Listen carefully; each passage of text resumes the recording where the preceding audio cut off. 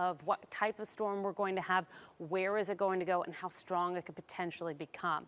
Here's the difference that we've noticed from the earlier cone. This is 2 o'clock in the afternoon on Wednesday. Still forecast to be a major hurricane, Category 3, but that's a little bit slower than it was earlier today, giving us more time to prepare and more time to watch how this is going to go around Cuba and through the Western Caribbean. We'll continue to update on Tropical Depression 9 and the rest of the tropics coming up in just a little bit. NBC2 continuing our team coverage tonight.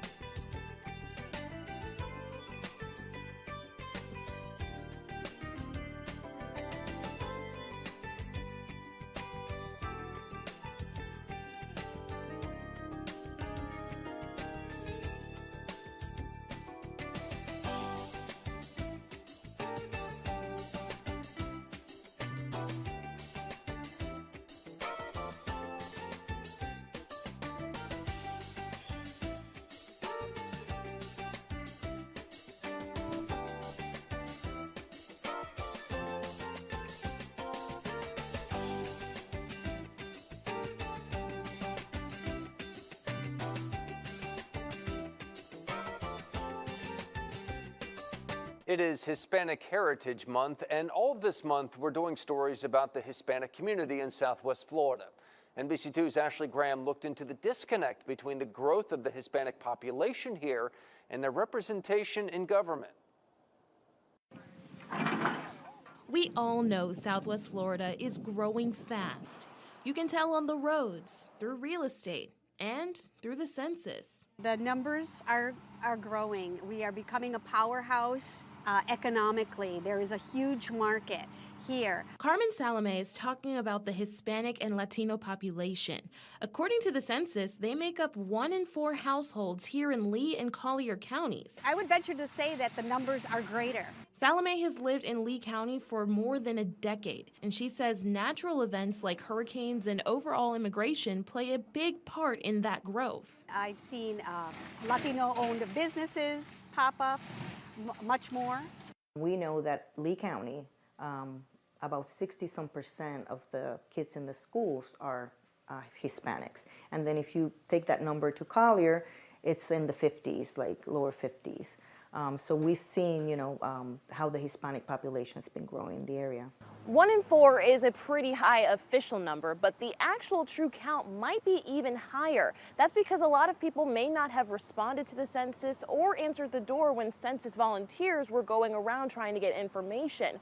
And even though we're seeing the growth in our schools, our businesses, and communities, there's one area where we're not seeing that growth in representation. It's always great to see somebody that looks like us, that has the accent that we have, serving in office. It makes us feel important. That's not happening here so far. Elected-wise, the number is low. It doesn't exist. At the state, county, and city levels, these communities generally don't have representation from people who look and sound like them. It's a little bit tougher because, Lee County and Collier County are majority white. There's no other way to say it. But that doesn't mean that there's no opportunity for Hispanics to rise up to the occasion. There is opportunity with every election, but there are also barriers to even qualify. Salome is the past chair of the Hispanic Vote of Southwest Florida. The group helps Hispanic and Latino candidates run for office and encourages the community to make their voices heard. Latinos are at a disadvantage, whether it's raising money, getting our name out there, knowing what circles you can connect with to find that kind of community support. It's a party for opportunity. Yvette Benaroche says the tide is shifting. As the community continues to grow, the names on the ballot will change. It's time to step it up, and I say, just go for it. If you have the passion, if you think you can do it, and if you have, the serving heart, then you should go for it. Be prepared because we're going to see more Latinos come to the table and be part of the political process in the Southwest Florida area. Reporting for NBC2, I'm Ashley Graham.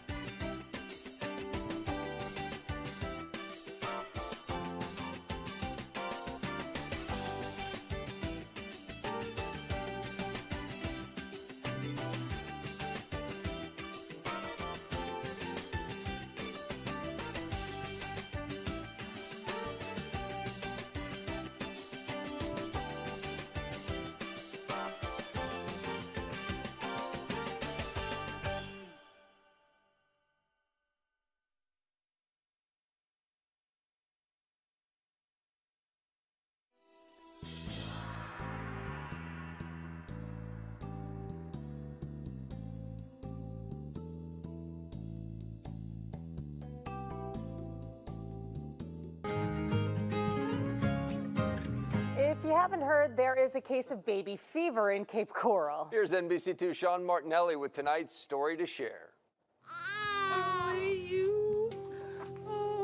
Thanks for coming out of me. It's a classic moment from Friends in which every mom can relate. Yeah, seriously. But those agonizing hours in labor led Natasha Keeps to 8 pounds, 12 ounces of joy. Right? Yeah. At Cape Coral Hospital, the move from bun in the oven to babe in the arms happens often, but never more often than last month. It's been pretty crazy. It's been lots and lots of babies. We've been super busy. Just how busy? They delivered 189 for the month of August. Dr. Shannon O'Hara says that smashes the previous record. They played a little song and it was going on all night with, babies being born. Included among those little ones? Yeah, it's been a great experience. We joined the club. In the same month Shannon delivered babies, she gave birth to her own.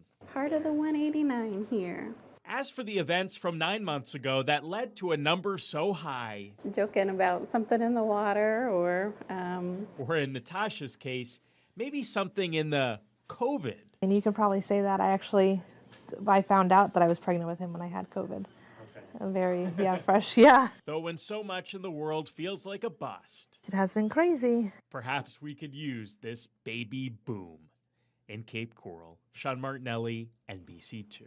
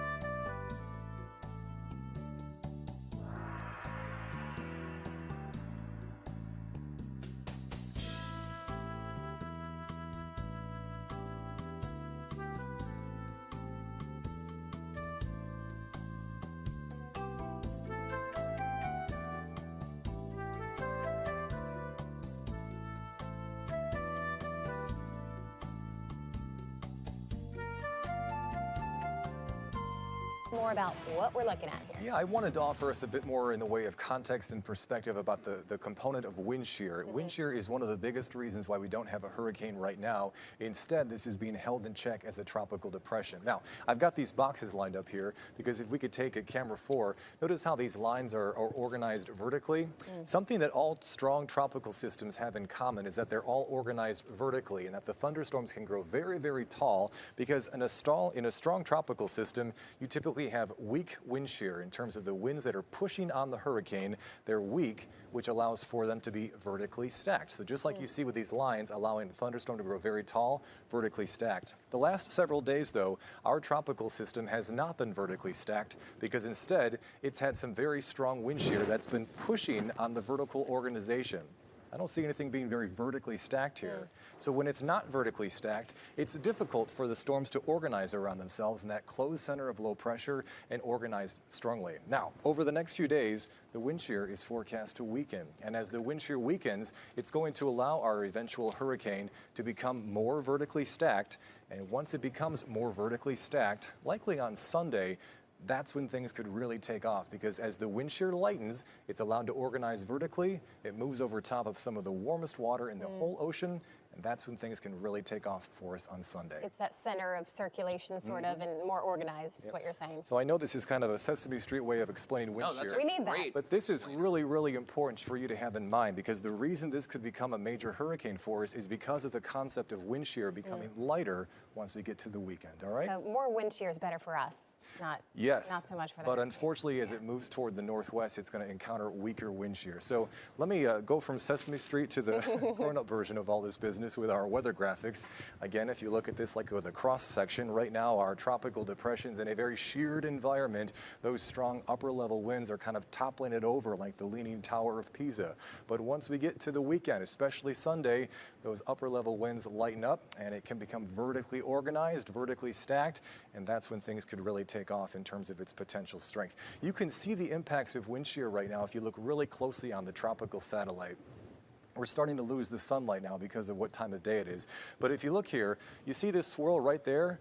That's actually the center of our tropical depression, even though the biggest downpours and thunderstorms are to the west of it. Those biggest downpours and thunderstorms are to the west of the center because of the wind shear. Think about those three boxes I was stacking up. Think of how those strong winds are pushing on it, making it difficult for it to be vertically organized. That's why it's so weak right now as a tropical depression. So when you look at the Caribbean Sea right now, we have strong shear here and weak shear here. As you know, this system is moving to the west-northwest, which means it's moving toward an environment with weak shear, and that's why it's got the opportunity to become much stronger over the next 3 days, because as I showed you during the last hour, in this part of the Caribbean Sea, that's where you have the highest ocean heat content. Not only do you have warm water at the surface, you also have warm water down below the surface, which can help to refuel this thing as it moves toward land.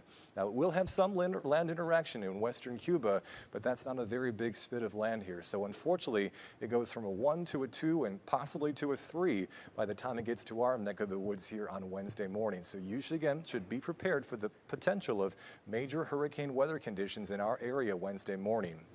I mentioned again how the forecast cones evolve based on how the forecast models move around. So this may look very different for us here in the next couple of days, but right now we just have to be prepared for the worst as we hope for the best with this particular tropical event, which is by far the biggest tropical threat we've had here since going back to Hurricane Irma in 2017.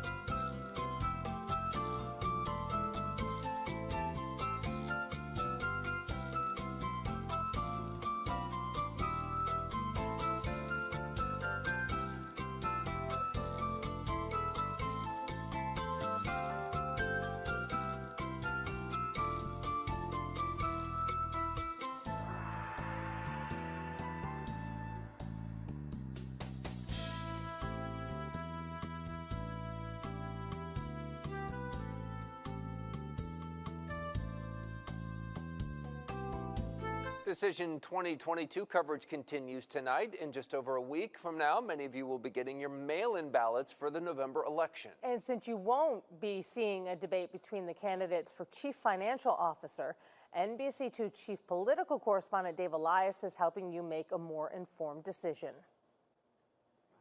Democrat Adam Hasterly challenging Republican Jimmy Patronis. We've tried to get in touch with Jimmy's office to schedule something, but we have gotten no response. Do you want to debate him? I would love that. I would be surprised if we do get a positive response. Will you debate him? All I know is I'm focused on a storm that is bearing down on the coast, off the coast of Florida right now. It's a big concern to me. We've got an insurance market right now